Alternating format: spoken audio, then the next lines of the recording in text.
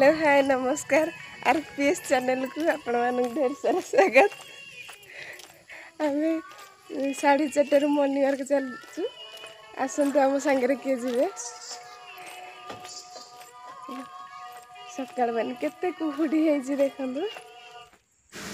सकाल टे बुलिकी आसिले हेरी माइंड फ्रेश हो जाए। रास्ता सारा आम कौटू फूल तोड़िलु कौटू राति 4टार दही किणिकी आणुचु सकाळे पखाला खा बोली देखु एठू आमर दही किणा चली राति 4टार फिर दही किणा है।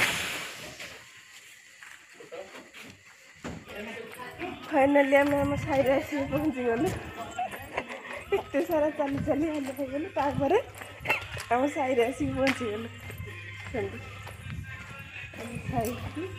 मु लगे गछ को देखु फाइनाली गछ उठीगला देखु सबुथे गछ हो जाइए कैप्सिकम मंजी पड़ी कहीं हैनी एपटे देखो कलरा गछ केते सुंदर माड़ी